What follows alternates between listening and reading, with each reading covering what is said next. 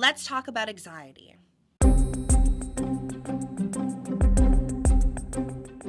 Now, what is anxiety? I'm not too sure if you know this, but we actually have a built-in alarm system, and this is found in the limbic system. So what it is, when we are in danger, if we are faced with a lion or it is some natural disaster, our body is equipped at keeping us safe and protecting us. So what happens? We build adrenaline and we're able to run and have that energy so we can keep ourselves safe. Especially if we were being chased by a lion, we really need to protect ourselves.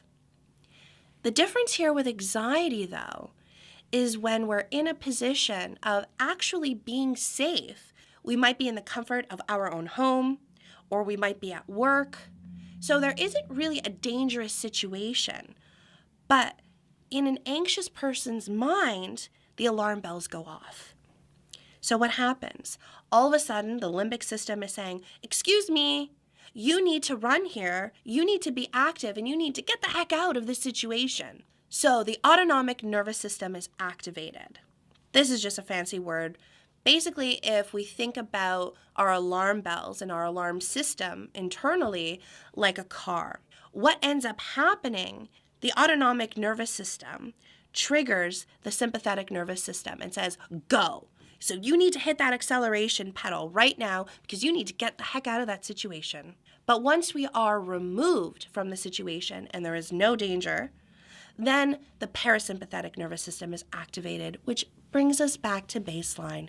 It calms us down so we can focus, so we can have the sense of relief, so that we can feel safe. But with someone who is experiencing anxiety, the alarm bells continually go off, which means the car is continually moving and continually going. It's very difficult to activate the parasympathetic nervous system, to slow down, to hit the brakes. With the mind people, we have a number of different therapists that can really help because it's really looking at what is going on here in the anxious mind. We focus and we will conduct an intake assessment. We will look at your personality structure and really zero in on what's happening here. What are some of the defense structures?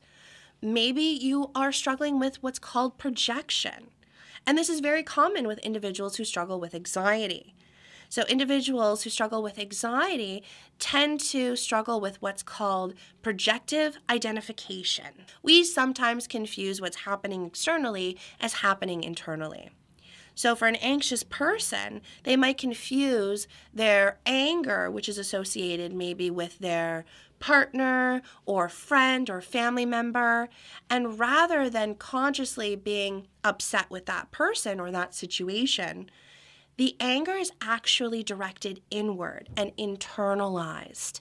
But this is done unconsciously because then what ends up happening is this aggression is projected, but one is not consciously aware of the aggression being projected. It's hidden and masked with anxiety. So, for instance, that individual who got into the car accident and now is feeling very anxious and overwhelmed being in a car, then yes, on the surface level, you might be very afraid, but underneath the fear, you might be really angry. Maybe angry at the person who hit you. Maybe angry at the situation, angry that you have to, pay more in car insurance. We're not always aware of what the driving factors are behind our anxiety. So the psychoanalytic approach really focuses and zeroes in on what is happening to you, what your resistances are, what your defenses are, and how we can get you from point A to point B. Click the link below to schedule a complimentary 30-minute consultation with our consultation care coordinator. You don't have to feel afraid or overwhelmed, and you don't have to walk this path unknowingly as if you're constantly reactive. You can find relief, and we are here to help.